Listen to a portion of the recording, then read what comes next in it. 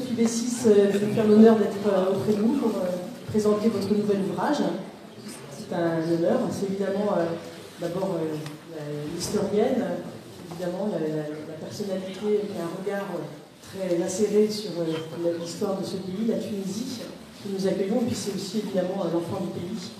Alors, je remercie son Excellence l'ambassadeur de France, Olivier Coif d'Arvor, qui a souhaité être avec nous ce soir et qui va vous introduire, donc je ne vais pas en dire beaucoup plus.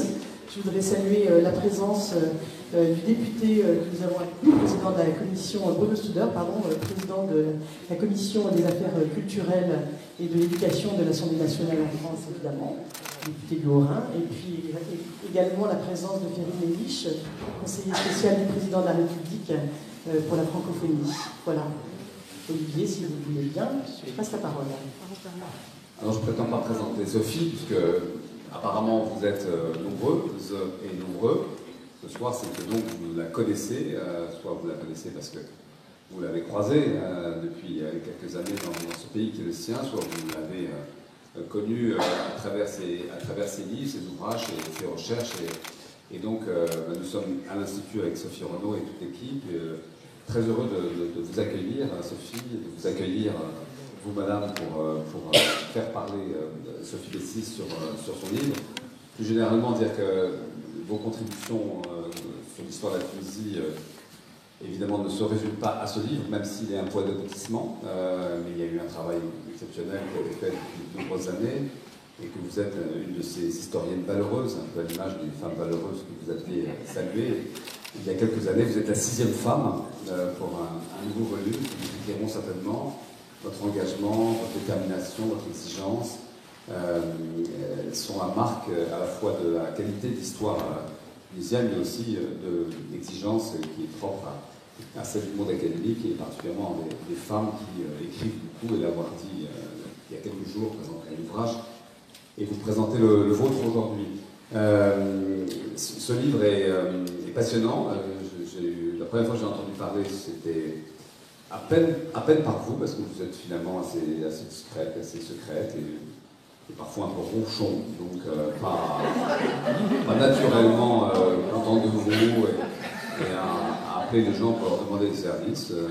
Et ce tempérament, c'était pas un peu breton dans le fond, à mes yeux, et gage en tout cas d'un travail de fond exceptionnel. Ce livre est vraiment pour qui la Tunisie, pour qui la connaît, je pense, d'ailleurs à tous les degrés, à la fois de l'ignorance, de la curiosité, du voyageur, mais aussi certainement celui des historiens chevronnés qui sont ici présents, évidemment des Tunisiens, mais aussi, je dois le dire, des Français. Et donc je me suis jeté sur un chapitre, non pas méconnu, mais un chapitre que personnellement, sur lequel j'apprends peu de choses, parce que je ne veux pas forcément intervenir trop, c'est celui du protectorat. Donc je me demandais qu'est-ce que vous en disiez, et c'était passionnant. Au nombre des informations que vous nous donnez, il y en a une qui était que je ne connaissais pas, en tout cas, évidemment les équilibres démographiques entre la France et l'Italie, les Français et les Italiens, mais aussi le nombre d'étudiants que la Tunisie envoyait en France à la veille, ou entre les deux guerres, qui est un nombre très important par rapport à celui du Maroc, qui avait envoyé seulement une quarantaine d'étudiants, et le Maroc et l'Algérie, pendant l'entre-deux-guerres, donc quand même une période assez longue, et la Tunisie avait choisi d'en envoyer plus de 400 en France, si je ne me trompe pas. Et ça me permet de faire une transition aimable auprès de notre ami le président de la Commission des affaires culturelles, Bruno Studer, qui est ici à la tête d'une délégation sur l'importance de ces échanges éducatifs qui, pendant le protectorat, avec l'indépendance, grâce à l'indépendance, après la Révolution, sont si importants, et sur les enjeux éducatifs que vous connaissez bien, monsieur le président, de l'accueil de ces étudiants tunisiens en France, qui ne vont pas uniquement en France, mais qui, notamment dans beaucoup de domaines, l'histoire, certainement, les sciences humaines, sociales, mais maintenant de plus en plus de disciplines ont l'occasion de construire des liens entre les deux rives, entre les deux aspects. Ce livre est à lire aussi, je terminerai, et je l'ai relu partiellement parce qu'il est quand même conséquent, mais je l'ai refeuilleté hier. Il faut le lire à l'aune peut-être de la crise régionale qui est celle que nous vivons aujourd'hui, crise régionale qui est finalement la crise peut-être des trois frontières de la Tunisie. Alors, la frontière la plus connue pour nous, c'est évidemment celle qui va de Zarzis à Tabarka, la frontière européenne, avec ses sujets de migration, avec les questions qui se posent aujourd'hui à l'Union européenne et la relation, la construction une relation entre l'Union européenne et la Tunisie, très importante pour nous, Européens, et qui je crois est très importante pour la Tunisie. Mais évidemment les deux autres frontières, qui sont la frontière algérienne, qui est une frontière qui tout d'un coup, non pas disparaît, mais laisserait à penser que peut-être se passe en Algérie quelque chose qui serait inspiré de la Tunisie. Mais cette frontière était aujourd'hui un sujet, de même que la frontière évidemment libyenne depuis quelques jours tout particulièrement. Et relire ce livre, ou le lire, l'histoire de cette grande et petite Tunisie géographiquement, enserrée dans cet ensemble, est aussi passionnant parce que votre livre ne se limite pas à une vision purement de construction nationale, même si vous nous montrez comment de Carthage jusqu'à aujourd'hui, il y a des grands récits qui parcourent toute cette histoire de 3000 ans, mais elle nous ouvre aussi sur une région véritablement passionnante. Je me tais parce que j'ai beaucoup à apprendre. Merci à vous.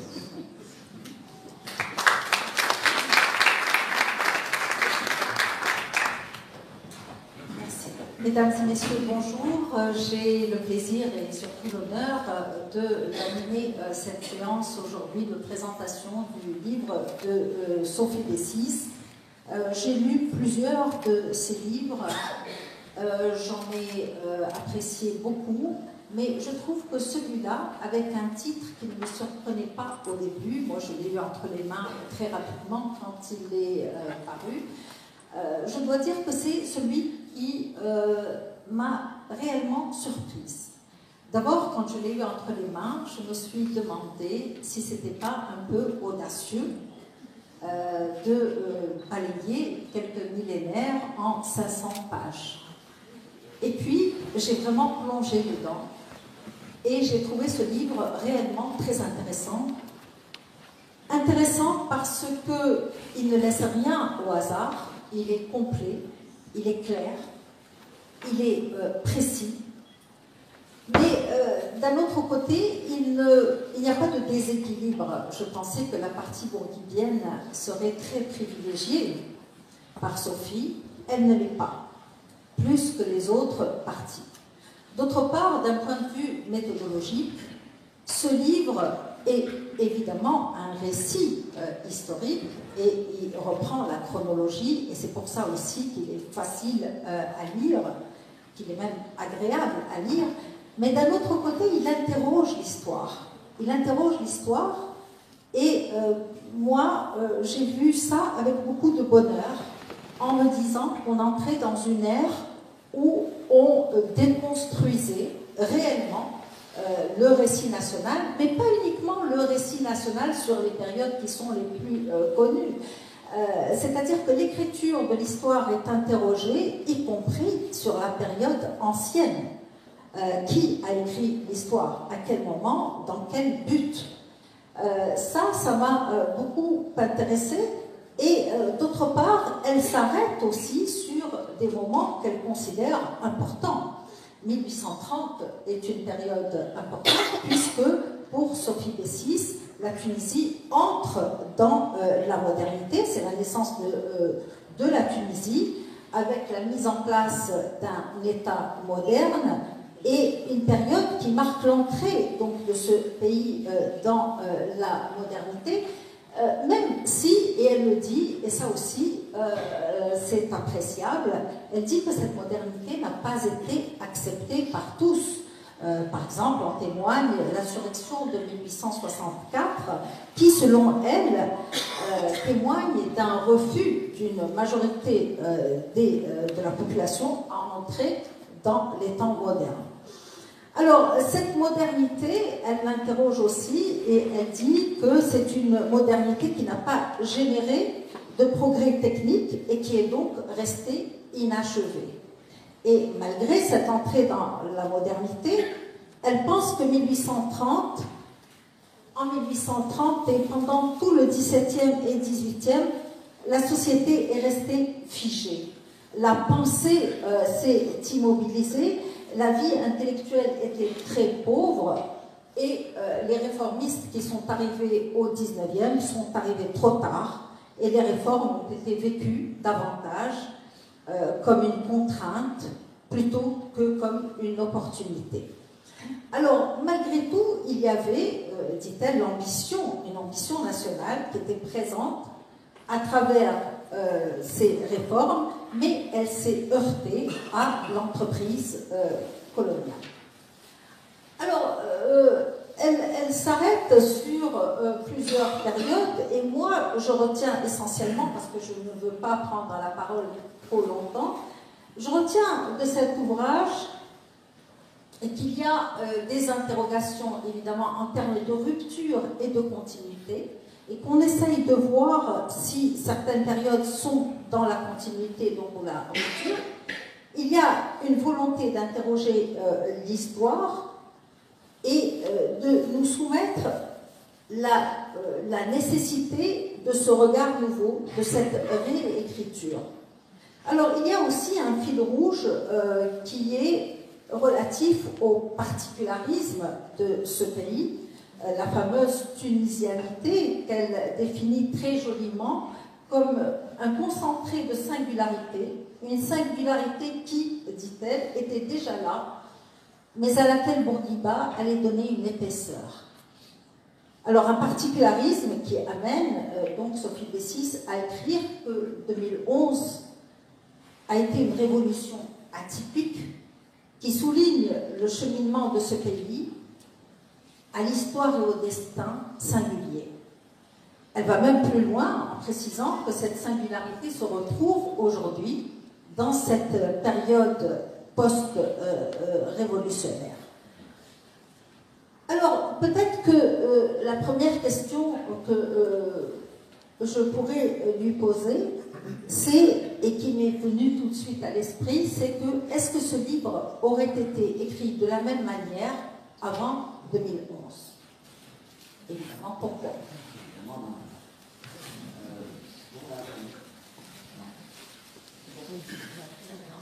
C'est bon.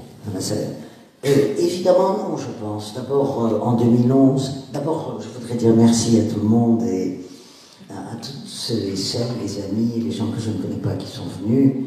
Merci à l'ambassadeur dont je sais qu'il a lu très attentivement ce livre avec beaucoup, et ce qui me fait très plaisir. Et donc, pour répondre à ta question, déjà non. Je pense d'abord en 2011, je n'avais aucune intention d'écrire une histoire de la Tunisie. Et puis, petit à petit, c'est venu, on peut dire, j'ai eu du temps, hein, disons, pour rédiger ce livre, j'ai mis 3 ans à peu près, donc l'idée a germé un peu avant. Et je crois que dans cette période, dans cette nouvelle, dans ce nouveau moment historique que vit la Tunisie, quelle que soit l'opinion qu'on peut porter sur lui, le problème n'est pas là pour l'instant, mais les Tunisiens et les Tunisiennes ont besoin de relire leur histoire. Je ne veux pas dire par là qu'elle n'a pas été lue et qu'elle n'a pas été écrite. Bien sûr, c'est que la bibliographie sur l'histoire de la Tunisie est extrêmement abondante, aussi bien en langue française qu'en langue arabe, et dans une moindre mesure, même en anglais. Voilà, donc il y a une bibliographie très importante. C'est un pays qui a été extrêmement étudié, et depuis longtemps. Mais, et tu as raison de dire qu'au départ, c'était même peut-être audacieux, tu as été gentil, millénaire. Et je me suis dit, et le travail a confirmé un peu cette intuition que j'ai eue au départ, c'est de retrouver dans ce qui se passe aujourd'hui en Tunisie les linéaments de ce qui se passe aujourd'hui. Et les linéaments, on peut les retrouver dans l'histoire longue. Moi, j'ai travaillé jusqu'à maintenant sur l'histoire contemporaine, c'est-à-dire essentiellement sur le XXe siècle tunisien. Mais, et c'est un travail absolument passionnant de travailler sur l'histoire longue. Parce que on regarde un pays de façon totalement différente. On considère ces évolutions de façon totalement différente. Et c'est là, et tu as prononcé ces mots, que l'on peut voir au fond comment se construit un objet national. Comment ça se construit la Tunisie? La Tunisie, c'est un pays que l'on appelle Tunisie depuis à peu près les années 1830. On dit que la première occurrence du terme de Tunisie en tant que tel est attestée, il y en a peut-être eu avant quelques-unes, est attestée au moment du voyage d'Ahmed Bey en France. Voilà, avant, évidemment, il y avait le royaume de Tunis. C'est ainsi que les Européens appelaient souvent la régence ottomane, et même à l'époque rafside, c'était le royaume de Tunis, mais le mot Tunisie. Comment ça s'est construit, cet objet? D'où il vient? Est-ce qu'il vient de l'histoire récente? Est-ce qu'il vient partiellement d'une histoire plus ancienne? Et on s'aperçoit, en faisant cette histoire longue, même si évidemment en 500 pages, c'est une synthèse, évidemment, eh bien, on s'aperçoit qu'il y a des continuités qui sont extrêmement intéressantes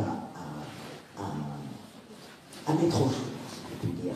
À mettre au jour. Et en fait, ma méthodologie a été d'une certaine façon de me poser des questions au départ et de tirer des fils.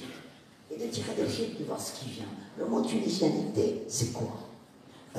L'exception tunisienne, qui est un terme que je n'emploie pas d'ailleurs, parce que je n'aime pas trop le terme d'exception. Exception par rapport à quoi? Tandis que le terme de particularité, le terme de singularité me paraît plus adapté à ce qu'est l'objet Tunisie aujourd'hui. Eh bien, d'où cela vient-il? Et on peut s'apercevoir que la Tunisie d'aujourd'hui, peut-être cela n'est pas assez su, n'est pas assez connu, et je reviens à la question par ses citoyens et ses citoyennes, eh bien, c'est un très vieux pays. Alors évidemment, on le sait, ça fait partie de la doxa nationale, 3000 ans d'histoire, on le répète, tout le monde connaît au moins les noms, sans savoir forcément qui c'est d'Hannibal ou de Elis Aguidon. Mais est-ce que ces périodes de l'histoire ancienne, est-ce qu'elles ont forgé aussi l'objet Tunisie contemporain? Voilà. Bien sûr. Parce que l'histoire est faite, et c'est ce que j'essaye de faire dans ce livre, l'histoire est faite d'ambivalence, d'ambiguïté, de zones grises. Dans toute histoire, je pense que c'est pour l'histoire de tous les pays, il y a plus de gris que de noir et de blanc, incontestablement. Et donc c'est aussi ces zones grises que j'ai voulu explorer, c'est-à-dire comment les nouveaux arrivants, c'est un pays, la Tunisie d'abord, où l'on a beaucoup circulé. Ça, je crois que c'est très important. Si on voulait très brièvement, donc très schématiquement, dire en quoi consiste cette singularité tunisienne, elle consiste d'abord dans sa géographie. Et peut-être ce sont des études qui me font dire ça, mais c'est pas si mal après tout. C'est que l'histoire, et tout historien le sait, est tributaire de la géographie. Et la Tunisie a une géographie, d'abord tout à fait particulière, et une géographie qui fait que c'est un lieu, c'est un territoire où depuis la plus haute antiquité, tout le monde a circulé. Tout le monde est venu, est parti, a envahi, a désenvahi, et cela a forgé la Tunisie également. Contrairement à ses voisins, l'Algérie et le Maroc, qui sont des pays moins maritimes, moins littoraux, plus montagneux, où il y a des zones pratiquement inaccessibles, ce qui a permis d'ailleurs aux populations autochtones de s'y réfugier et de garder une autochtonie, d'une certaine façon, que l'on ne retrouve plus en Tunisie. Ce n'est pas un hasard si la majorité en Tunisie se retrouve avec une trace à peine perceptible, tandis que la majorité est un élément central de personnalité algérienne et marocaine, par exemple. Ça, c'est extrêmement important. Donc, voir un peu tout cela. Un fil. Un autre fil a été, et c'est pour ça peut-être qu'il m'a paru nécessaire d'écrire ce livre après la Révolution, comment déconstruire les romans historiques. Parce que les romans historiques, tout historien le sait encore, ce n'est pas l'histoire. C'est ce que l'instance politique, c'est la façon dont l'instance politique, quelle qu'elle soit, instrumentalise l'histoire. Comment elle l'utilise pour un projet politique. C'est quelque chose d'extrêmement ordinaire, ça. Tous les pays ont construit des romans, des récits nationaux, qui ont parfois relativement peu à voir avec la véracité. Dans ma génération, les gens de ma génération le savent très bien, puisque quand nous étions à l'école, les gens plus âgés que moi, nous avons étudié en Tunisie l'histoire de France. Mais quelle histoire de France? L'histoire de Jules Ferry, bien entendu. le roman national de la Troisième République. Et ce roman national de la Troisième République a, disons, des relations relativement lointaines avec la véracité historique, très souvent. Eh bien, en Tunisie, ce que j'ai essayé de voir, pour pouvoir les déconstruire dans mon avancée, c'est qu'est-ce que disaient ces romans qui nous ont été livrés par l'historiographie. D'abord, évidemment, pour prendre l'époque moderne, évidemment, parce que... Pardon. Pour prendre l'époque moderne, c'est-à-dire à partir du XIXe siècle, ce qu'on appelle l'époque contemporaine, le roman colonial. Le roman colonial est extrêmement intéressant à étudier. Pourquoi il est intéressant à étudier? Parce qu'en même temps, c'est un roman profondément idéologique, qui est un argumentaire de justification de l'occupation française, bien évidemment, mais en même temps, c'est aussi le fruit d'une tradition savante. Et cette tradition savante, comment nous devons nous l'approprier? Qu'est-ce que nous devons en prendre? Qu'est-ce que nous devons laisser? Nous devons évidemment abandonner l'instrumentalisation par les historiens de la période coloniale de l'histoire et nous approprier une partie de cette tradition savante qui nous sert à l'histoire d'aujourd'hui. Et puis les romans nationaux. Pourquoi est-ce que je dis les romans nationaux et pas le roman national? Parce que je crois qu'en Tunisie, et il faut tous les déconstruire pour arriver aujourd'hui à produire quelque chose de nouveau, les romans nationaux, parce que, je vous le disais il y a un instant, l'histoire est la discipline la plus idéologisée des sciences humaines, incontestablement. Et que donc, évidemment, l'historien est aussi prisonnier, certains historiens prisonniers donc de l'idéologie qui peut les construire, et qui peut construire leur argumentaire et leur réflexion. Donc, dans les romans nationaux tunisiens, vous avez des romans, si je puis dire, des récits concurrents. Le récit, qu'on peut appeler le récit bourguibien, parce qu'il a été politiquement validé par Bourguiba, qui est le récit de la Tunisie trimillénaire, 3000 ans d'histoire, nous sommes un pays extrêmement ancien, la Tunisie existe depuis 814 avant Jésus-Christ, la fondation de Carthage par Didon, donc on a construit tout un roman national auquel Bourguiba tenait beaucoup, et qui tient aussi du roman bourguibien, qui n'est pas forcément le roman tunisien, qui est une partie, mais puisque vous connaissez la phrase, beaucoup d'entre vous la connaissent de Bourguiba, entre Jugurtha et moi il n'y a rien eu, mais la différence entre Jugurtha et moi, c'est que Jugurtha a échoué, que moi j'ai réussi. Bon, c'est assez peu modeste, hein, de façon générale. Mais vous avez un autre roman, un autre récit concurrent, qui est un récit beaucoup plus marqué par le nationalisme arabe, et puis plus tard par l'idéologie de l'islam politique, qui est, au fond, la Tunisie née avec la conquête arabe, et quand on regarde l'étymologie du mot arabe, hein, pour la conquête de Futuhat, c'est un mot très lourd de sens. Hein. Donc, et que donc, ce qui se passe avant n'est pas extrêmement important, c'est à partir du début du 8e siècle que la Tunisie prend les contours qu'on lui connaît aujourd'hui. Évidemment, j'ai essayé de démêler un peu, je ne dirais pas le vrai du faux, parce que là ce serait vraiment prétentieux, mais d'essayer de contextualiser l'histoire. Voilà. Mon souci a été, pour employer un pléonasme, presque d'historiciser l'histoire, voilà, de la contextualiser. Qu'est-ce qui s'est construit quand? Qu'est-ce qui s'est dit quand? Pourquoi? Comment? Voilà. Et pour finir, pour cette première réponse, évidemment, l'histoire contemporaine, c'est-à-dire à partir des années 1830, hein, parce que je pense que la contemporanéité de la Tunisie ne l'est pas avec le protectorat, ce qui était un des mantras de l'histoire coloniale. La modernité est arrivée en 1880 avec le protectorat. Non, la période réformiste est une période très intéressante, très ambivalente. Peut-être je reviendrai sur un mot de ce que tu as dit, en disant la Tunisie, tu disais, la Tunisie, le moment important des années 1830, devient un État moderne. Toute l'ambivalence de la Tunisie, c'est pas seulement sur la question technique et technologique, bien sûr c'est important, mais enfin, à la limite, ce n'est pas essentiel, mais c'est que chaque tentative de modernisation, de modernité autochtone est une tentative qui a partiellement échoué. C'est une tentative incomplète, avortée, inachevée, et qui fait que bien la Tunisie a toujours eu des problèmes, comme là aussi, hein, ce n'est pas seulement le cas tunisien, mais après tout j'ai étudié l'histoire de la Tunisie, donc c'est du cas tunisien que je parle ce soir. Et donc, en gros, dans ce livre, cette période qui commence aux années 1830 prend à peu près les 2 tiers du bouquin. Mais le premier gros tiers va donc de l'Antiquité carthaginoise. Par souci académique, j'ai mis une demi-page sur la civilisation capsienne, mais enfin, c'est pas fondamental.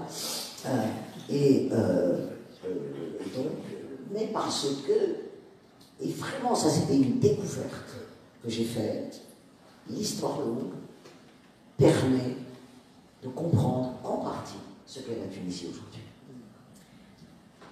Alors, je retiens qu'il faut décoloniser l'histoire, se débarrasser du récit national, du récit méridien. En quoi est-ce nécessaire de laisser ça derrière soi?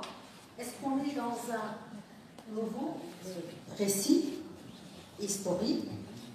Et est-ce qu'il y a quelque chose qui s'est construit à partir de là? À partir de 2011, à partir de ces récits qu'on laisse de côté. Et aussi l'autre question, c'est pourquoi on doit connaître l'histoire qui n'est pas le récit national. Tu disais au début que c'était nécessaire. Moi je pense que c'est nécessaire. Souvent, on se construit, les nations se construisent, les récits nationaux se construisent dans l'oubli, dans le déni. Dans le déni, bon, pas seulement dans l'oubli, l'oubli aussi existe, le déni existe, et ce qui fait qu'il y a des choses qu'on ne comprend pas forcément dans la vie. On ne comprend pas. On ne comprend pas parce que ce sont des choses qui ont des racines beaucoup plus lointaines. Par exemple, je prends un exemple qui peut paraître un peu... vous avez... c'est assez universel quand on parle des Gilets jaunes en France, mais par exemple, une hostilité à la fiscalité. Il y a des pays, des sociétés, des moments dans chaque pays ou dans chaque société où il y a ce qu'on appelle un consentement à l'impôt. Il y a un consentement à l'impôt parce que l'impôt est un outil citoyen qui permet de faire ceci et cela, socialement, économiquement, etc. En Tunisie, il n'y a pas de consentement à l'impôt. Aujourd'hui, il n'y a pas de consentement à l'impôt. C'est-à-dire l'impôt est quelque chose de contraint. Alors que l'impôt est évidemment indispensable. Mais on comprend beaucoup mieux ce non-consentement à l'impôt quand on regarde l'histoire de la Tunisie et comment, en fait, selon les termes d'un historien, depuis longtemps, les pouvoirs sultaniens, qu'ils soient raciques, qu'ils soient médicaux, etc., et de plus en plus, sont des fiscalocraties. C'est un historien qui a employé le terme de fiscalocratie, c'est-à-dire que c'était des ponctions sur les populations, des ponctions extrêmement lourdes, qui ont donné lieu d'ailleurs entre autres à l'insurrection de 1864, hein, qui a commencé avec le développement de la Mège, et qui était absolument insupportable pour les populations. Et donc, voilà, quand on remonte, rien ne naît de rien. Voilà. Donc, évidemment, il y a des raisons nouvelles à chaque fois. Mais les raisons nouvelles, à mon sens, n'annulent pas les raisons anciennes, elles s'y ajoutent, très souvent. Et ça fait comme une espèce de va-et-vient. Je donnais cet exemple, mais je pourrais en donner d'autres. Celui que je donne, évidemment, parce que ça m'a frappé à un point absolument inimaginable tout au long du travail sur ce bouquin, c'est le questionnement, y a-t-il deux Tunisie? Ou n'y a-t-il pas de Tunisie? Et ça parcourt l'histoire. Et ça parcourt l'histoire depuis la plus haute antiquité. C'est-à-dire, d'un côté, cette Tunisie littorale, urbaine, marchande, pleine d'urbanité, avec dans ces zones rurales une petite paysannerie sédentaire, de petits exploitants propriétaires.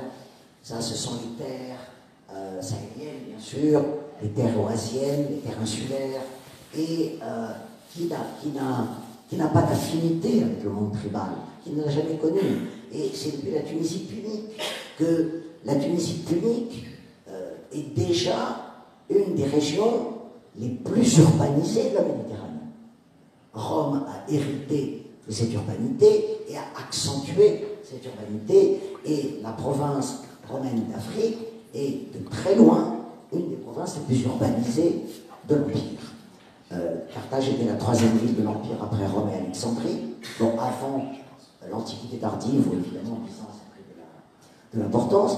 Donc c'est une Tunisie littorale, urbaine, au contact avec la mer, donc c'est-à-dire avec le commerce, avec l'extérieur, et puis cette Tunisie intérieure qui, malgré la petitesse et la relative platitude de la Tunisie, a une personnalité qui n'est pas la même, ce sont des terres d'abord beaucoup plus rudes, les terres de steppe, les terres de semi-désertiques, les terres arides, les terres de la transhumance, du pastoralisme, du nomadisme, et donc ce sont des Tunisies.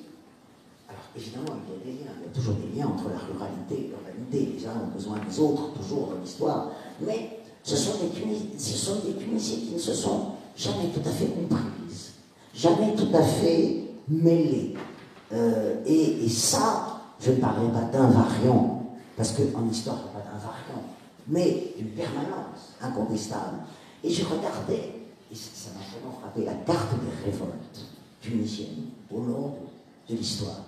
Et cette carte des révoltes, les révoltes, le noyau des révoltes, part depuis 2000 ans du même endroit, par exemple.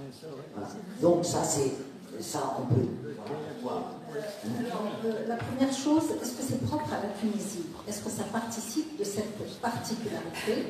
Ou est-ce que ça se retrouve dans tous les pays, entre la ruralité, le monde? Non, parce qu'en Tunisie, ce qui est propre, pardon, juste une précision, c'est pas la différence entre la ruralité et l'urbanité. C'est pas tout à fait ça. Parce que la ruralité côtière est une ruralité qui se marie avec l'urbanité. C'est une différence entre cette ruralité, urbanité qui se mêle, la Tunisie villageoise, donc avec une forme d'urbanité, et ces terres intérieures. Alors, évidemment, je suppose que l'on peut trouver dans d'autres pays ce type de clivage. Mais je crois que la géographie de la Tunisie, son histoire, fait que ce clivage me paraît plus accentué que, par exemple, dans son voisinage. Si on prend l'Algérie et le Maroc, ce sont des pays beaucoup plus ruraux, tout de même, où c'est très simple quand on regarde les statistiques historiques et la démographie historique, jusqu'au XXe siècle, l'Algérie et le Maroc avaient une population urbaine qui comptait pour à peu près 5% de la population totale. La Tunisie, ce qui s'appelle, il y a un siècle et demi, la Tunisie, la population urbaine a toujours compté entre 10 et 15% de la population totale. C'est une différence énorme. 15% donc, dans les vieilles sociétés traditionnelles, 15% de la population totale qui est une population urbaine, c'est important. C'est important. Et voilà un petit peu... Et qu'en est-il de ces deux Tunisies aujourd'hui? Est-ce qu'elles existent véritablement ou est-ce qu'elles se sont rapprochées? Alors, je pense que là, c'est une oscillation historique très intéressante à étudier. D'abord, dans les périodes antiques, que ce soit dans la province punique, enfin, dans la Tunisie punique, dans l'Afrique punique, ou dans l'Afrique romaine, c'est bon là? Ça marche. Dans l'Afrique romaine, évidemment, c'était les régions littorales étaient extrêmement importantes, mais les régions intérieures avaient une importance s'il n'y avait pas une inégalité aussi forte. Prenons par exemple l'amphithéâtre d'Alger. C'est souvent posé la question, pourquoi dans cette zone perdue, un amphithéâtre aussi important, qui est probablement le troisième du monde romain, ou de l'Occident romain, j'ai oublié. Parce que c'était une des régions céréalières les plus riches de l'Africa, cette région, et que donc vous aviez une population de propriétaires fonciers, de latifundiaires importante, et que donc cette population pouvait produire un amphithéâtre de la taille de Alger. C'était une région riche. Donc il y avait aussi une complémentarité qui n'était pas forcément inégalitaire avec la côte. C'était des complémentarités non inégalitaires. Ensuite, après la conquête arabe, l'intérieur a eu une importance politique majeure. N'oublions pas que jusqu'au Fatimide, Kérouan était la capitale de l'Éphriqiya, donc Kérouan qui est une ville intérieure, donc le pouvoir politique n'était pas un pouvoir côtier. C'est-à-dire qu'à partir de la conquête et de la destruction de Carthage à la fin du XVIe siècle, la côte a perdu relativement son importance, politique j'entends, jamais économique. Donc il y a eu des oscillations. Mais incontestablement, à partir de la période hafside et plus encore de la période ottomane, l'économie tunisienne, la diplomatie tunisienne, et même avant, si on peut dire, hein, je ne vais pas détailler, s'est littoralisé. Et qu'il y a eu. Et puis il y a eu un clivage aussi presque, je dirais, culturel, à partir des invasions italiennes également, puisque les invasions italiennes sont une grande rupture dans l'histoire de la Tunisie, au XIe siècle, au milieu du XIe siècle, et que ces invasions ont contribué. Alors, j'essaie dans le livre de faire justice de ce qu'on a dit des invasions italiennes, dans la mesure où, beaucoup d'historiens ont repris les thèses d'Ibn Khaldoun, de Socrate, les invasions terribles, etc. C'est peut-être un tout petit peu plus compliqué que cela, et j'essaie de montrer que c'est peut-être un peu plus compliqué que cela, en reprenant évidemment des travaux d'historiens et de géographes aussi, ce qui n'est pas inintéressant.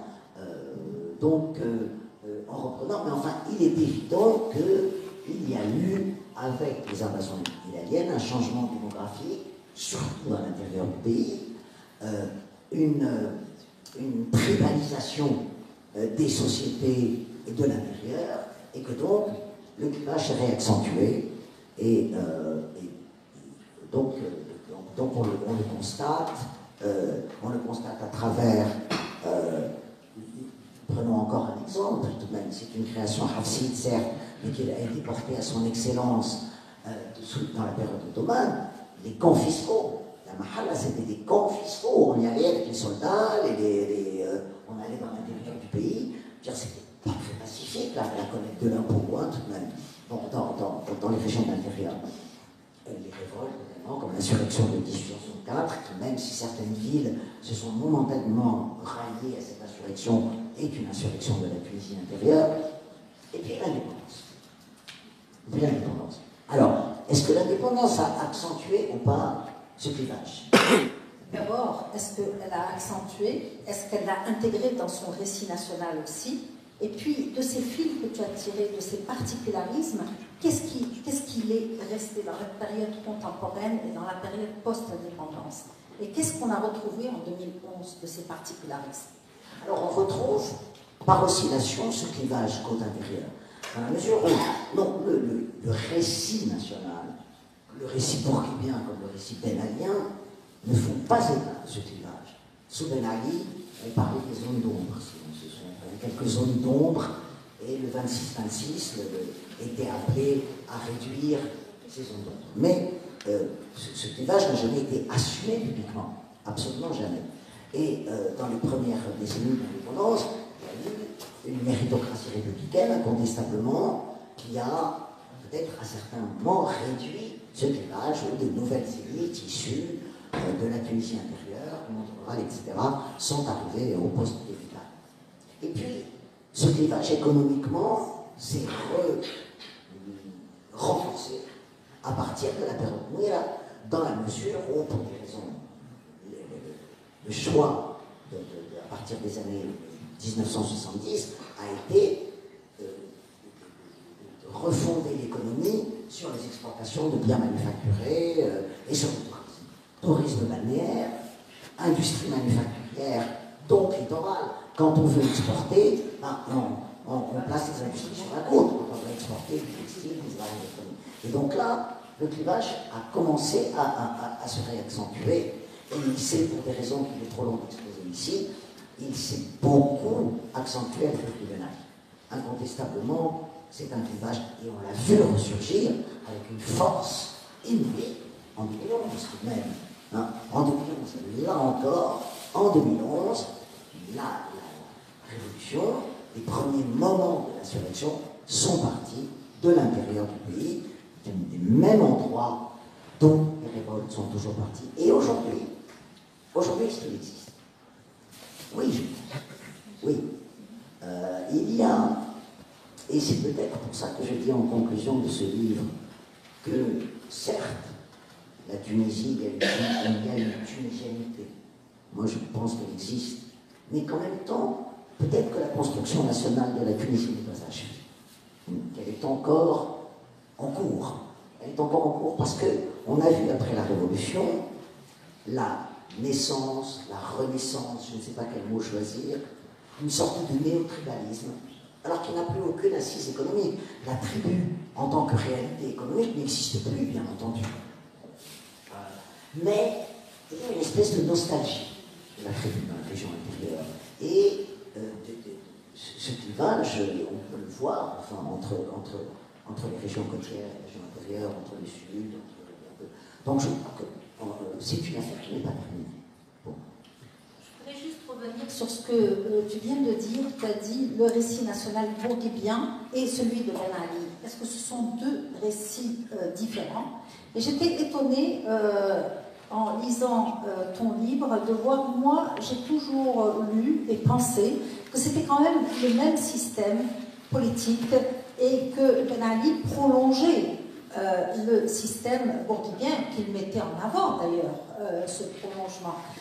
Toi, tu fais une différence dans le livre en disant que Ben Ali a érigé le mensonge en système d'État. J'ai oublié l'expression exactement, mais c'est la seule différence que tu notes et j'étais un peu étonnée.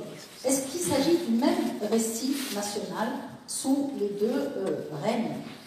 Alors, moi je dis d'abord, Bourguiba Ben Ali, c'est la même séquence historique. C'est-à-dire, c'est la séquence historique autoritaire qui va de 1956 à 2011. Et que, à beaucoup d'égards, Ben Ali est un héritier du système autoritaire mis en place par Bourguiba. Cela n'en fait pas le moindre doute. C'est évident. Maintenant, il y a des différences. Donc, c'est la même séquence autoritaire, ce sont les mêmes outils répressifs. La différence que je fais, je vais revenir sur les récits dans une minute, c'est que Bourguiba, c'est une dictature politique. C'est-à-dire que Bourguiba était un animal politique, il parlait politique, il s'affronte politiquement à ses adversaires. Ben Ali n'a jamais parlé de politique. Absolument jamais. Et pour moi, c'est une différence extrêmement importante, ce qui fait qu'il n'est resté de la période de ces outils autoritaires sous Ben Ali que la police. En fait, c'est un État policier. Bien entendu, la police était omniprésente, je veux dire, les arrestations, la répression, etc. Mais c'était sous-tendu par un argumentaire politique, que l'on peut parfaitement récuser, bien entendu. Mais la politique, elle est toujours omniprésente, sauf évidemment au moment de sa vieillesse, au moment où il n'avait plus la capacité de parler politique. Maintenant, pour les récits nationaux, c'est un peu différent. Le récit bourguibien, je veux dire le récit Ben Ali. D'abord, Ben Ali a été dans un paradoxe complet, c'est-à-dire qu'il avait besoin de s'héritier, de s'ériger en fils spirituel de Bourguiba, mais en même temps, il avait besoin d'effacer le personnage de Bourguiba dans la mesure où il avait très peur que ce personnage absolument, ce surplomb bourguibien, n'efface sa personne. Il n'avait pas totalement tort, on pourrait dire. Et c'est la raison pour laquelle Bourguiba a été, on peut dire, a passé les 13 dernières années de sa vie dans une véritable réclusion. Il était en prison, même si c'était une prison qui n'était pas une cellule de prison, il était en prison. Donc, Ben Ali a essayé de relativiser le personnage Bourguiba dans l'histoire contemporaine de la Tunisie. Et ce faisant, il a d'une certaine façon réintroduit dans le récit officiel. Et donc Ben Ali a réintroduit le personnage de Ben Youssef, qui était totalement absent du récit bourguibien. Donc il y a non pas des histoires profondément différentes, mais des aménagements dans les deux récits officiels, dans la mesure où chaque chef d'État autoritaire, eh bien, retouche la photo selon ses propres intérêts et selon son désir d'inscription dans l'histoire. Voilà un petit peu les différences. Mais je suis tout à fait d'accord avec toi pour dire évidemment que, et j'ai essayé de le montrer, que c'est la même séquence historique, et c'est pourquoi je suis convaincu que la Tunisie est entrée dans une nouvelle séquence historique en 2011, parce que cette séquence autoritaire et post-coloniale est terrible.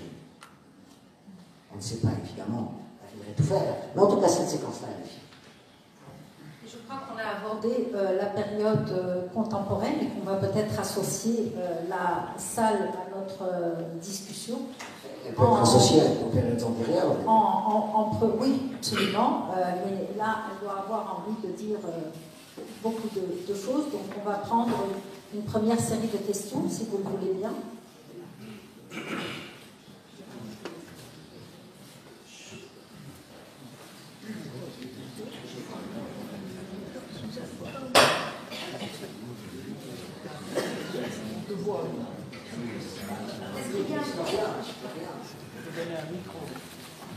Merci.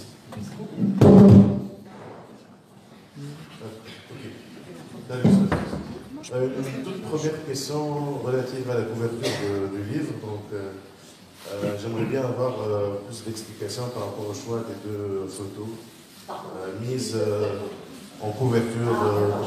Voilà. Très bien. D'autres questions?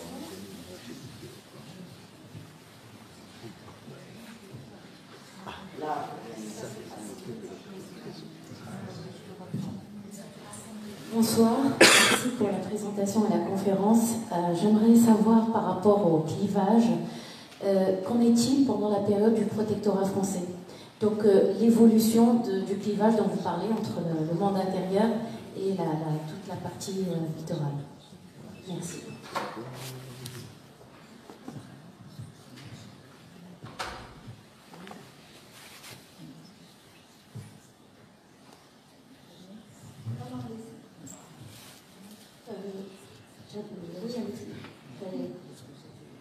Par rapport au clivage, c'est aussi la région minière, depuis la colonisation, toute la partie ouest était une région minière ou la colonisation, mais après le départ justement des mines qui ne sont plus gérées par les colonies françaises, cette région a été encore plus marginalisée.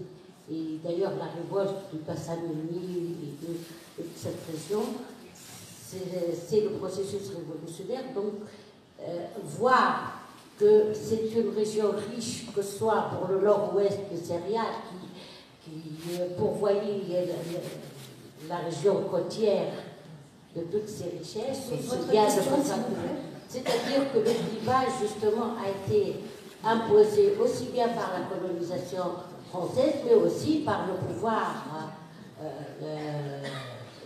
national, entre guillemets, qui était sahélien, parce que, tu sais, l'anecdote de Bourguiba Ben Ali, le pouvoir s'est déplacé de 30 km. Donc, c'est pas par hasard qu'on a été gouverné pendant une cinquantaine d'années par des Sahéliens, et ça, c'est un fait. Très bien. Une autre question, monsieur, et après, peut-être, on va redonner la parole à Sophie Pessis.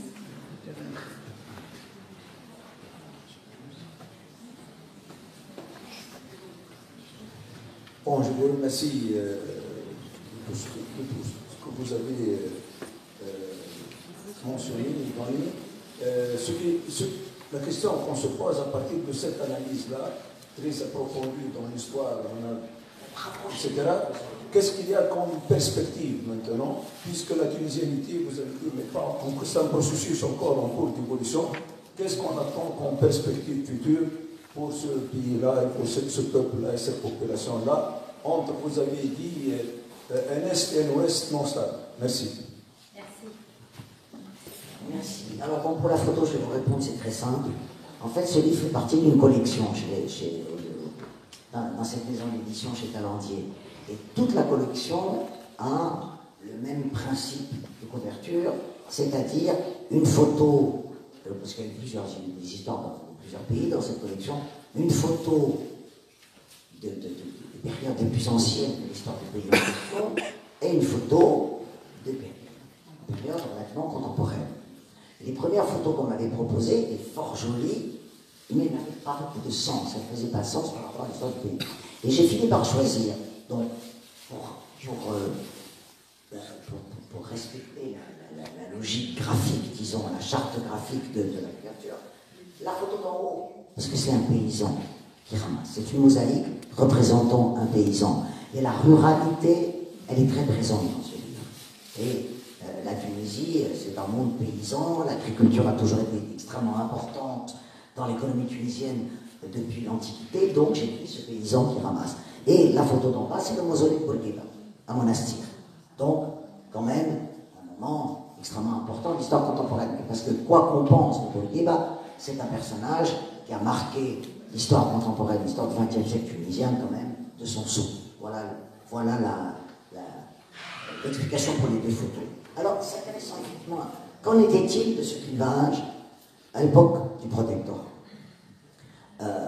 Le protectorat, c'est d'abord une volonté d'exploitation des richesses de la Tunisie. D'ailleurs, je fais un rapprochement. Mon avis n'est pas hasardeux, parce que je pense qu'à 2000 ans d'intervalle, évidemment, comparaison en histoire n'est jamais raison, mais il y a certaines logiques qui sont les mêmes dans la colonisation romaine et la colonisation française. À la différence près que la colonisation romaine a duré un peu plus de 5 siècles, et la française 75 ans, donc c'est quand même pas tout à fait la même chose. Mais pourquoi? C'est-à-dire l'occupation foncière. Ça, c'est absolument fondamental.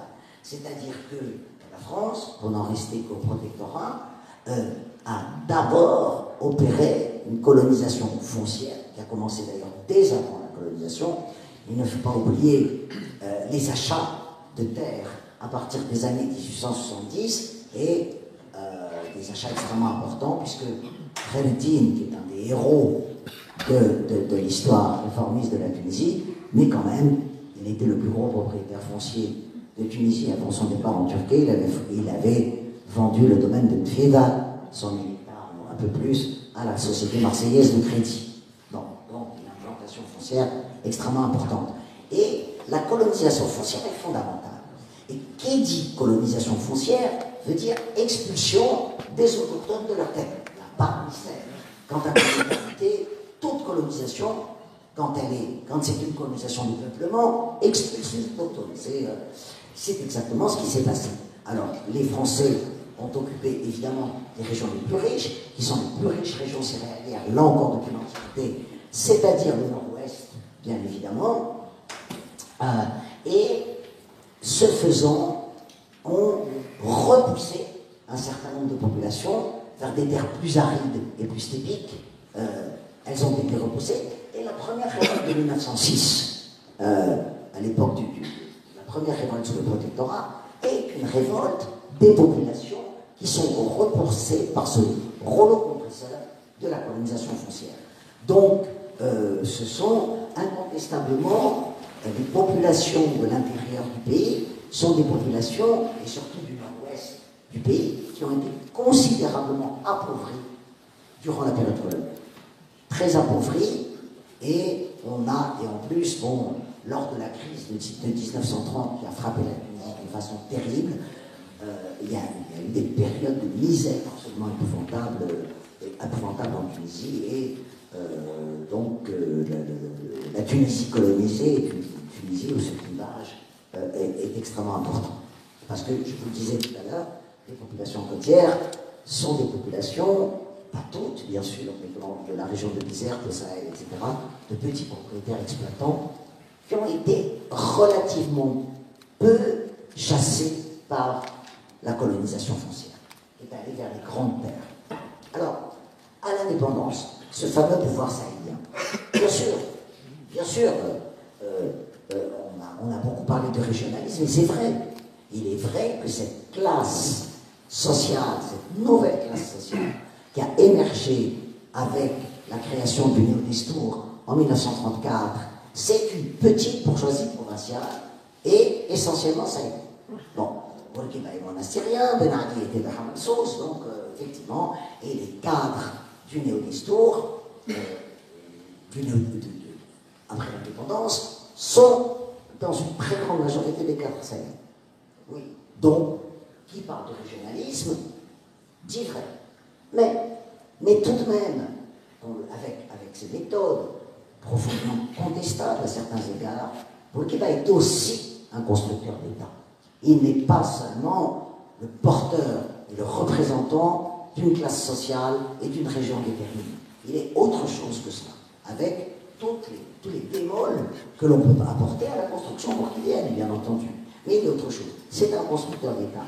Et il y a eu tout de même, on a construit des écoles dans tout le pays.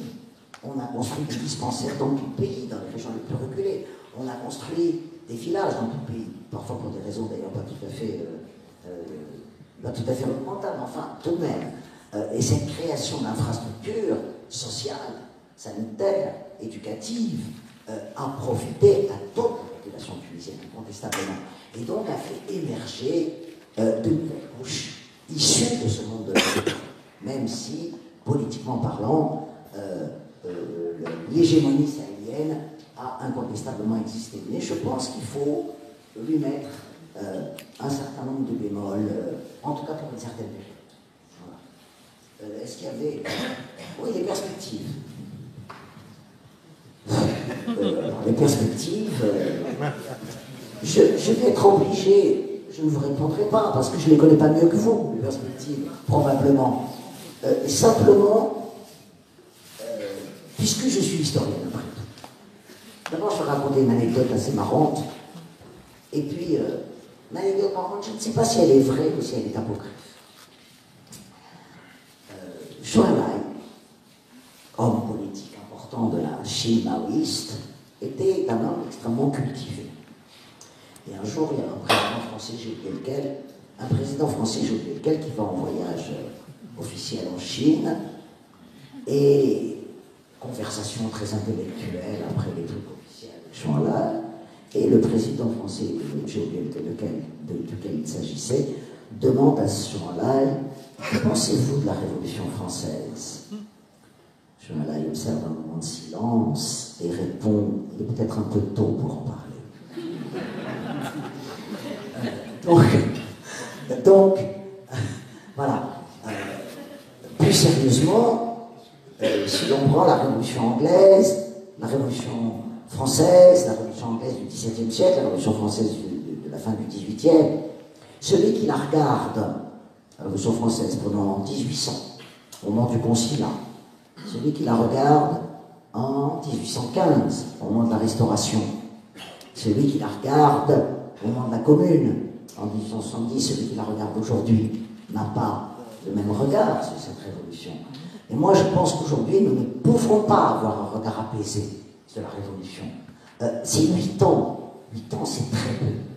Et je pourrais juste dire qu'il y a aujourd'hui, dans notre pays, des choses qui se détruisent pour le meilleur et pour le pire, et des choses qui se construisent pour le meilleur et pour le pire. Quant à donner des résultats, vous pensez bien que je m'en garderai. Bien, il est trop tôt pour parler d'avenir et de perspectives, mais d'autres questions? Oui.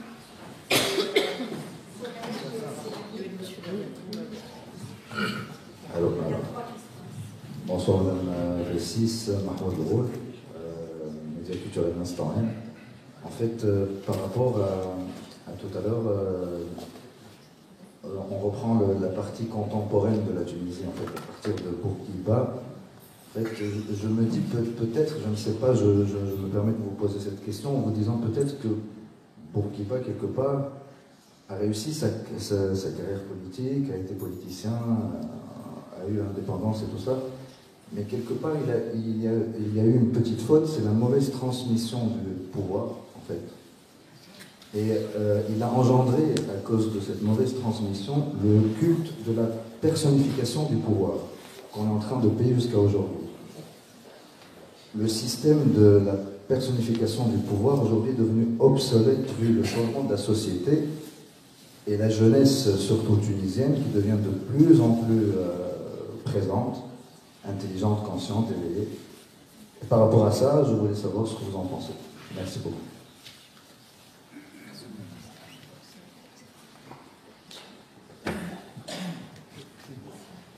Oui, d'abord je remercie cette tentative cet essai, parce qu'en fait, comme vous le dites, c'est difficile de pouvoir traiter de la même manière, parce que vous le dites, j'ai parcouru le livre, mais c'est clair que de 1830, ça occupe les 2/3 par rapport à tout le reste. C'est normal.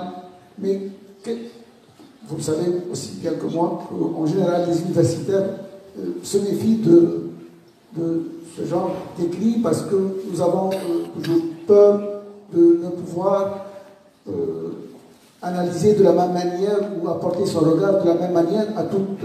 Mais il faut bien le faire. Ces 10 dernières années ont été marquées par le travail aujourd'hui de Sophie, également de Feu Habib Ares aussi qui a tenté la même chose. Donc d'écrire, ça a été fait.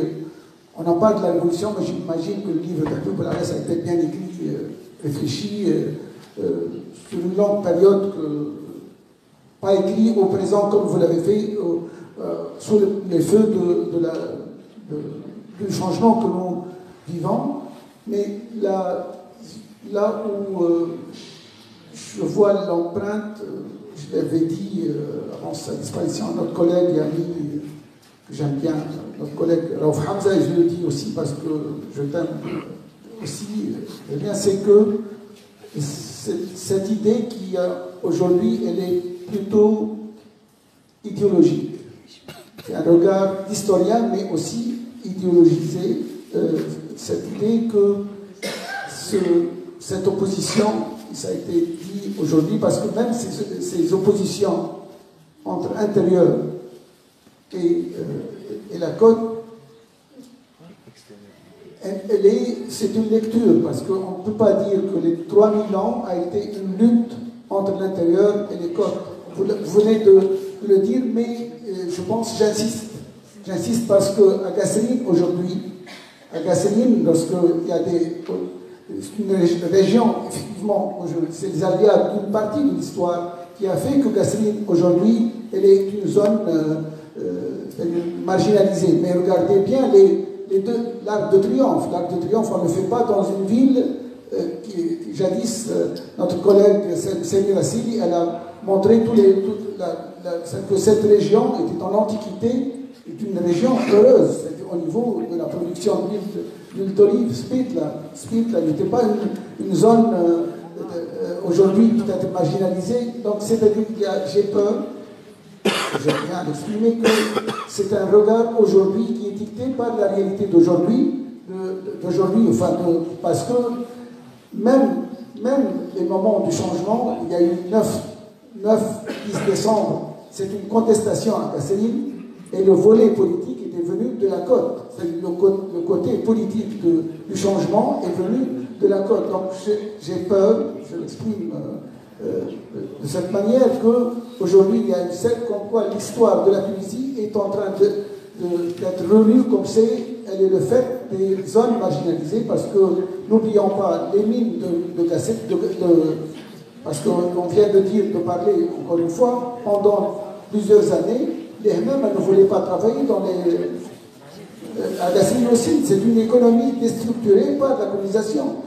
Le semi-nomadisme qui a avec lui un équilibre. Donc j'ai peur de ces...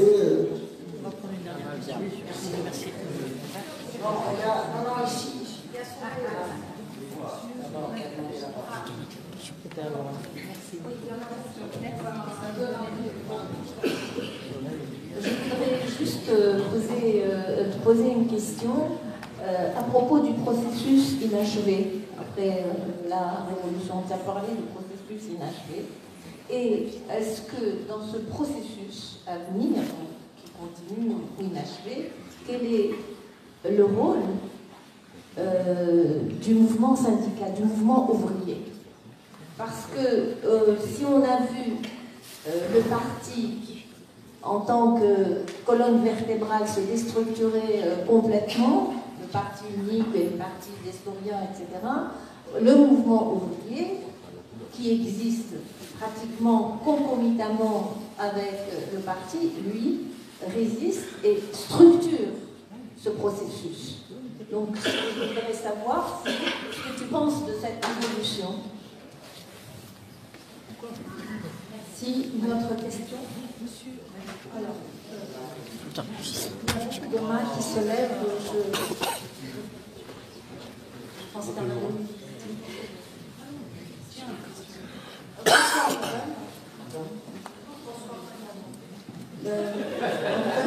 présente Sylvie Crépule avec vous, donc je fais de l'histoire ancienne, doctorat. D'après vous et d'après vos recherches, est-ce que la colonisation a pris fin avec l'indépendance ou bien a continué mais avec une nouvelle forme?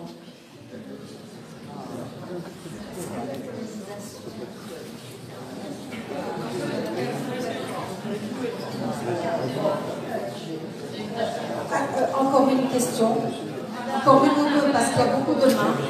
Je suis obligée de synthétiser après. Il faut juste que le micro vous soit donné.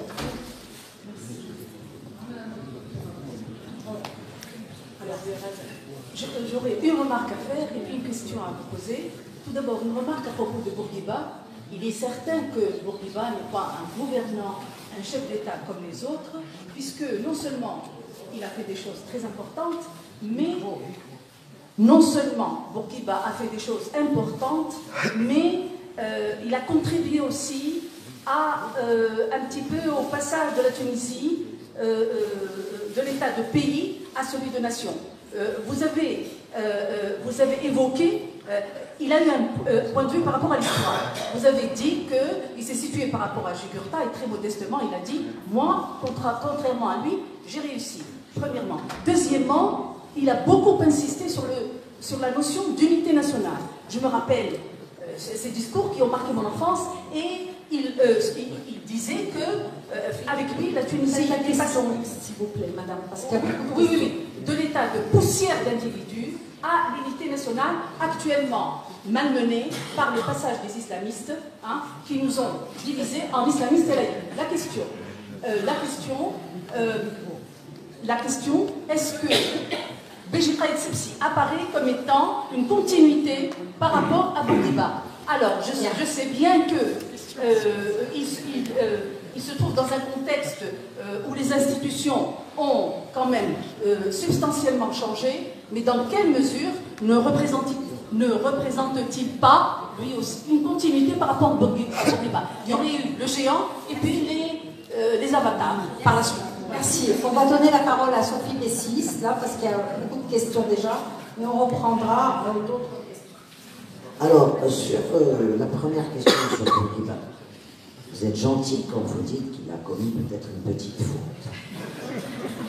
En fait, bon, c'est un personnage, je dis, qui a marqué l'histoire de la Tunisie, et qui est, à certains égards, qui a été un chantre de la modernité, incontestablement, et qui a fait des réformes qui ont inscrit son pays dans une modernité sociétale, mais il a été d'un archaïsme politique total.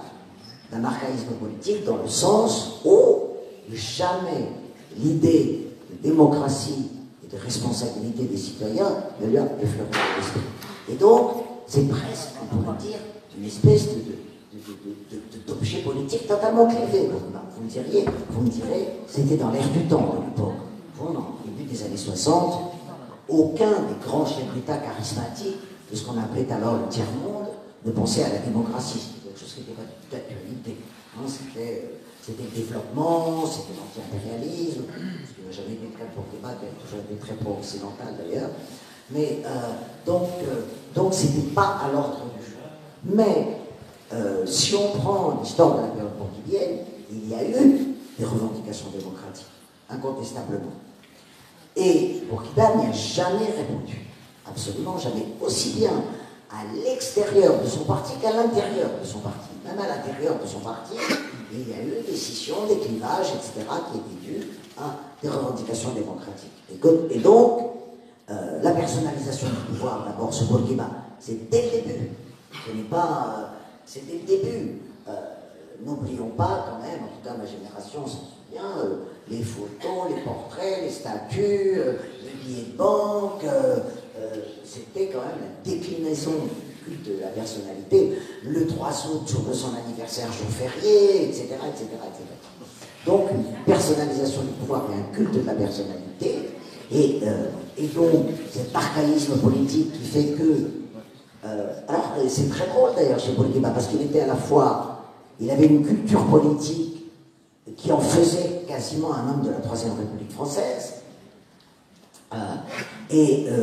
Donc il admirait profondément d'ailleurs et assez sincèrement, et en même temps un refus d'écouter des demandes politiques venant de sa propre société, de sa propre opinion, qui l'ont fait s'enfermer dans ce cadre qui a préparé le terrain à Ben Ali.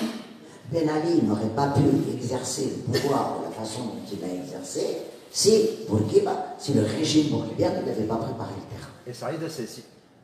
Oui, c'est anecdotique. Vous savez, quand on fait de l'histoire sur 3000 ans, on se fiche un peu de Saïd Essessi. Voilà. Voilà. Donc, c'est assez anecdotique. Ça n'aurait pas été elle, ça aurait été quelqu'un d'autre. C'est tout. Alors, oui, bien sûr, je sais que les universitaires se méfient de ces livres et aujourd'hui, au contraire même, la tendance historique contemporaine est à la micro-histoire, à l'histoire de locaux, à l'histoire locale. Bon. Pardon. Donc à la micro-histoire et à l'histoire locale.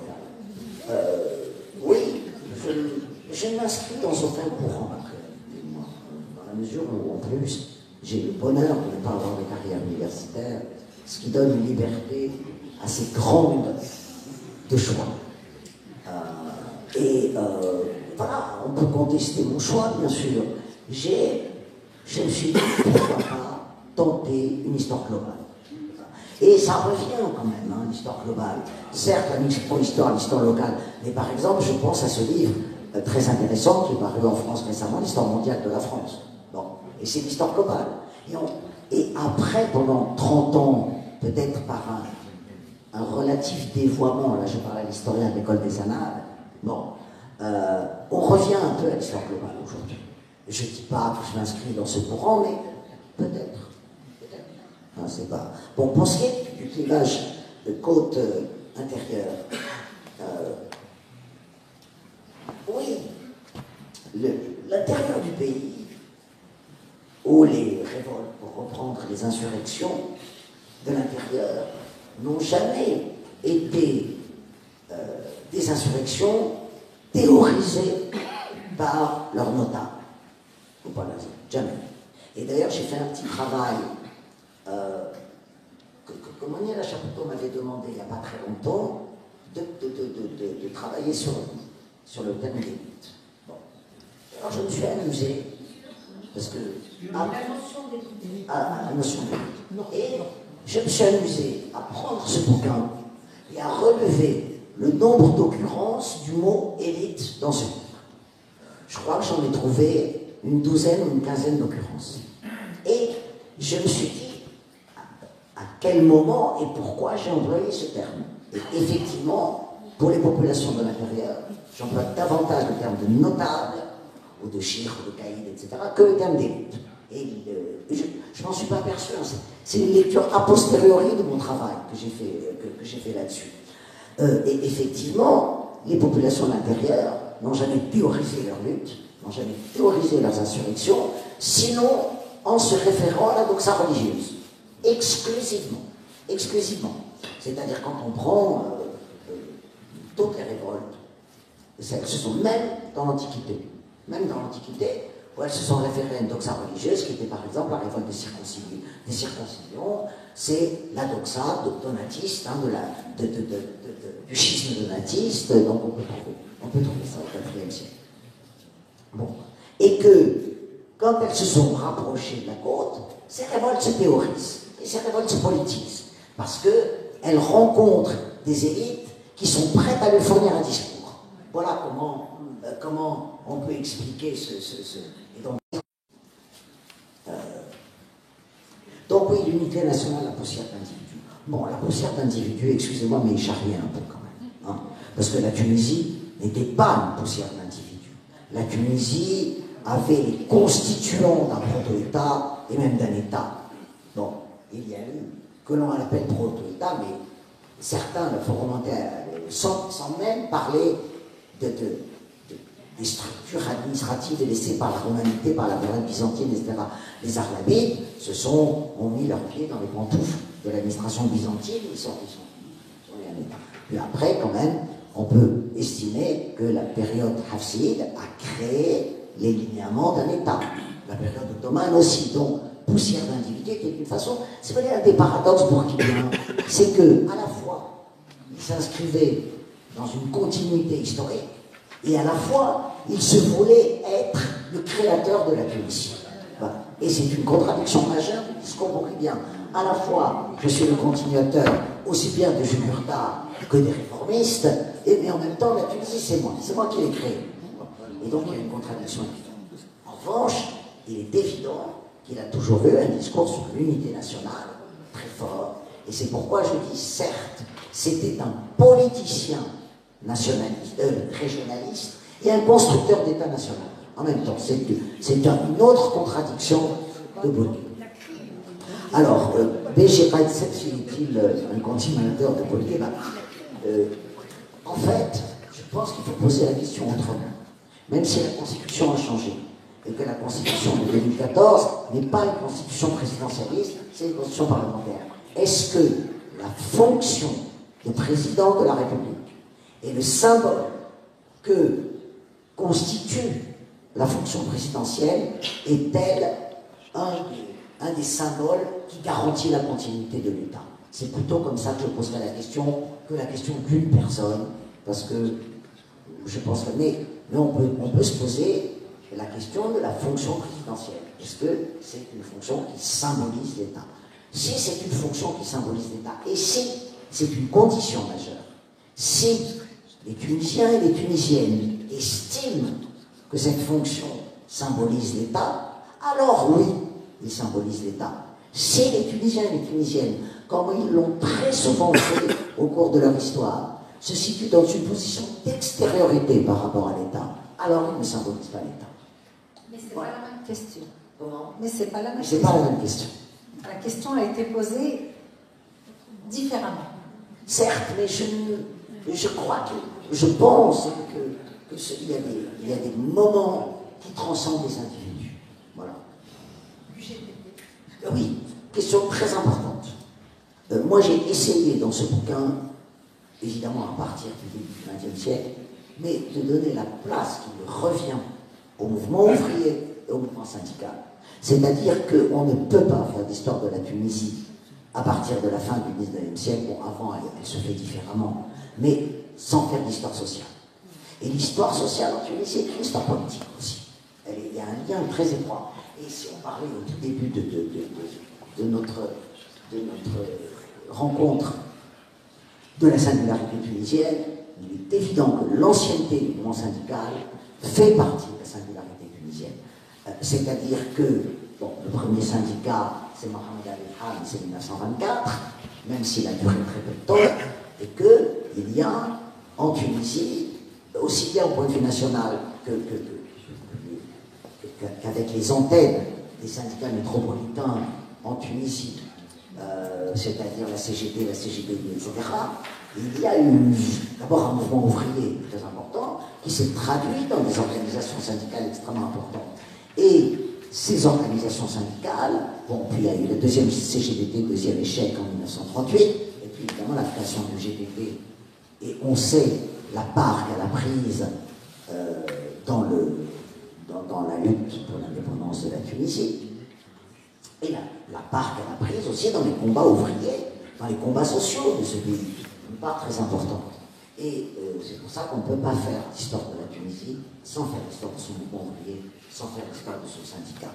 Et la révolution de 2011 a montré cette importance du mouvement syndical, c'est-à-dire que si la direction syndicale était une direction plus ou moins aux ordres, les instances régionales de l'UGTT ont joué un rôle central en décembre 2010, janvier 2011. Et puis d'ailleurs, après également. C'est aussi, si l'on essaie de faire un tout petit peu de prospective sur le devenir prochain de la Tunisie, il est évident aussi qu'il faut introduire la dimension syndicale dans cette prospective incontestablement. Merci Sophie. On me donne vraiment 10 minutes pour prendre quelques dernières questions. sans remarque, juste des questions. Alors, il y a une question ici, monsieur, je crois que vous vouliez, et une dernière question là. Très rapidement, s'il vous plaît. Je voudrais d'abord dire un grand merci à Sophie pour la grande leçon sur le pouvoir explicatif de la géographie pour l'histoire. Moi, je trouve la démonstration très éloquente et convaincante pour moi, ce pouvoir explicatif. Mais ma question est, que deviendra ce pouvoir dans le monde futur qui se dessine devant nous, avec la tombée de toutes les contraintes de ces enclaves, des frontières, des avantages maritimes. Lorsqu'on pense aux autoroutes de l'information, c'est des 5 milliards sur de gens qui disposent du portable, les écoles partout. Amazon, qui dans même les pays africains transporte le commerce jusque...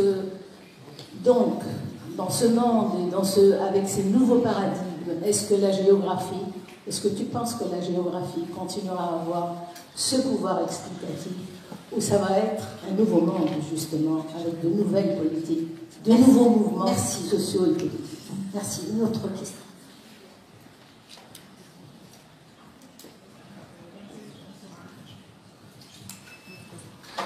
Bonsoir, merci Sophie. Donc je ne peux pas poser la question par rapport au roman historique autour des femmes. Quand même, la Tunisie a construit au fil des années un roman historique autour des femmes. Et je ne sais pas si dans ton livre tu as abordé la question et qu'est-ce que tu en penses. Et est-ce que tu l'intègres dans le clivage dont tu as parlé? Merci. Non, c'est vous. J'avais levé la main, non? Oui. Oui, monsieur. Merci beaucoup pour ce débat. Une petite question en fait, parce que chaque historien nous dit que les historiens sont prisonniers de leur idéologie et que lui il a de leur idéologie et que lui il a essayé de faire le tri entre le vrai et le faux. Donc qu'est-ce qui nous dit que votre livre n'est pas un livre politisé? Ah oulala, il faudrait presque une autre séance. Bien. Bon. Merci.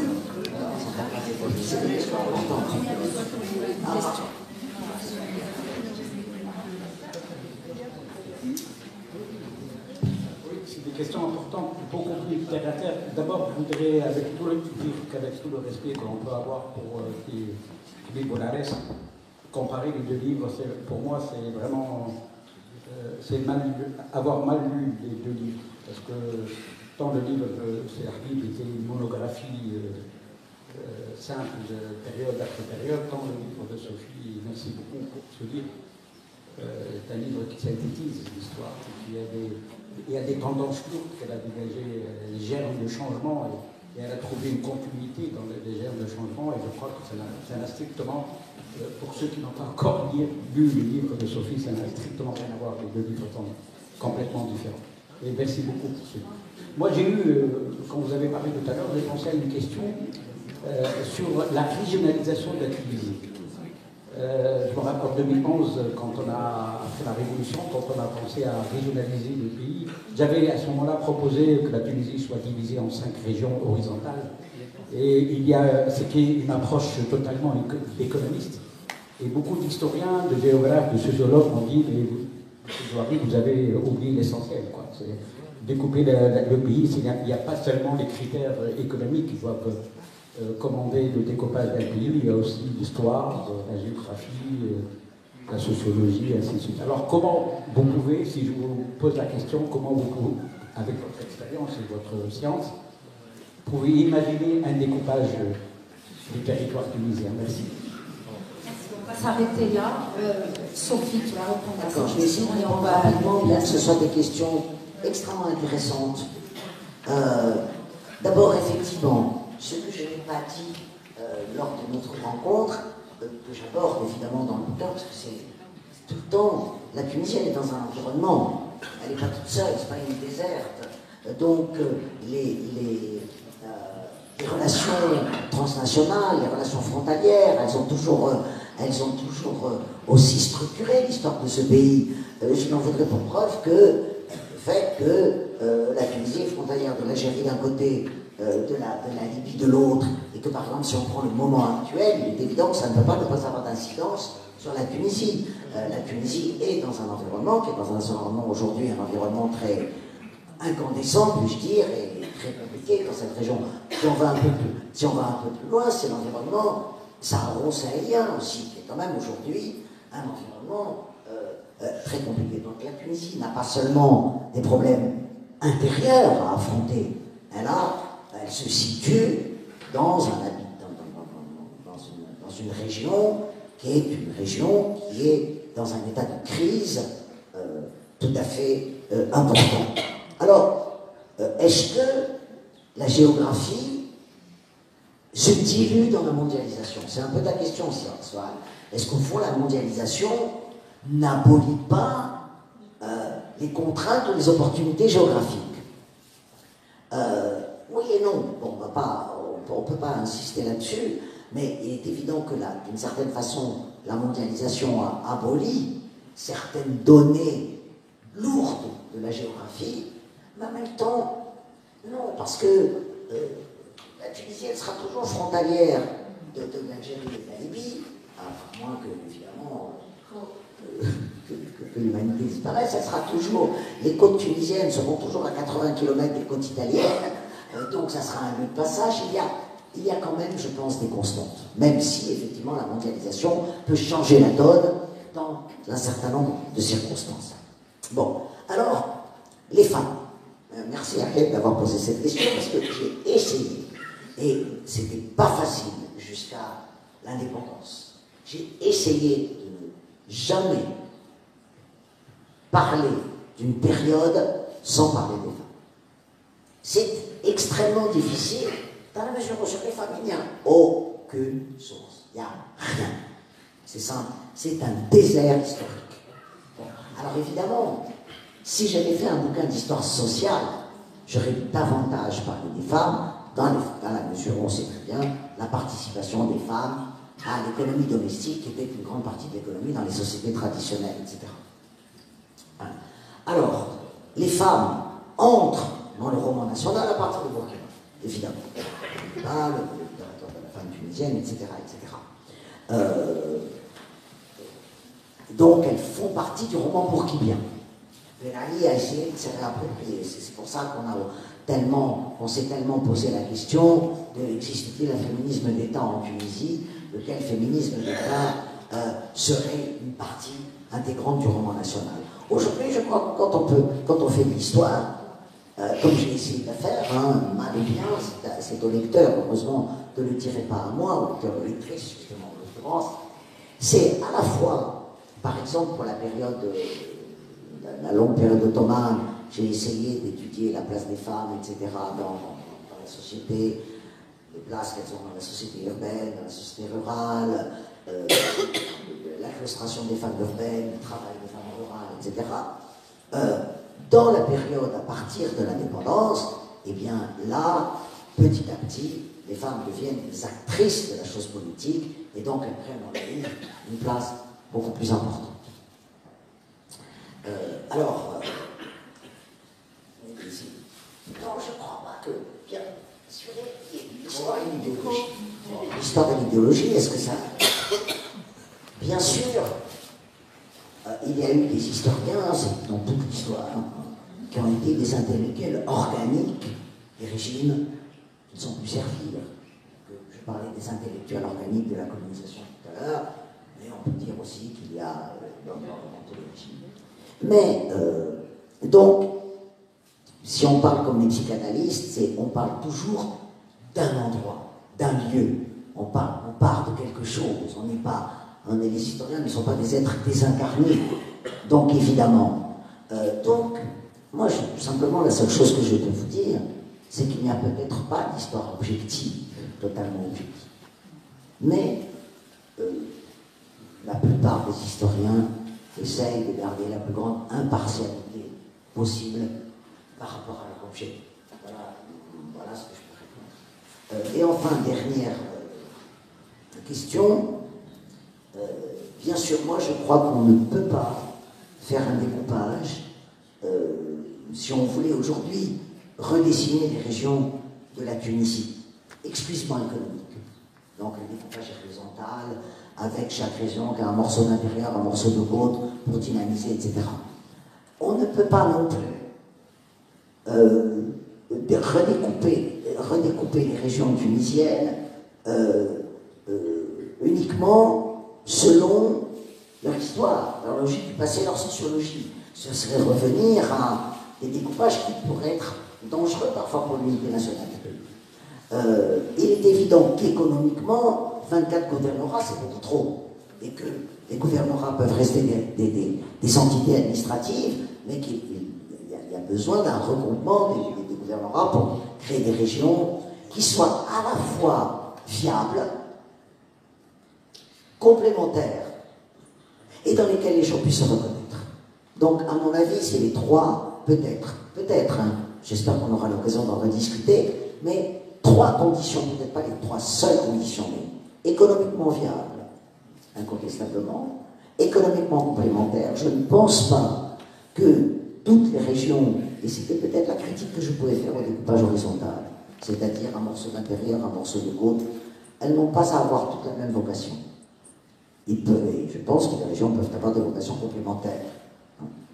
Certaines seront plus rurales, d'autres plus urbaines, d'autres plus...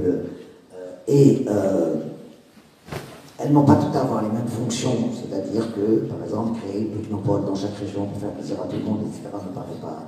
Et il faut que les populations se reconnaissent aussi dans une région, mais en même temps, qu'on ne revienne pas au vieux découpage qui ferait ressurgir des néo-tribalismes, des nostalgies d'appartenance qui pourraient... C'est très compliqué. Moi, je pense qu'aujourd'hui, si on veut créer des régions, c'est une des choses les plus compliquées qui attendent la génération qui viendra après celle-là, qui essaiera de construire une nouvelle Tunisie.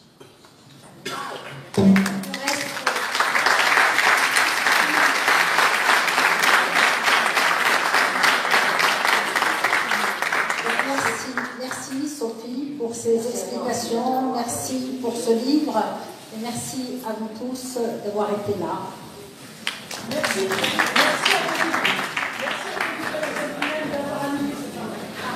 Merci à Khadija Mousset d'avoir animé cette marche.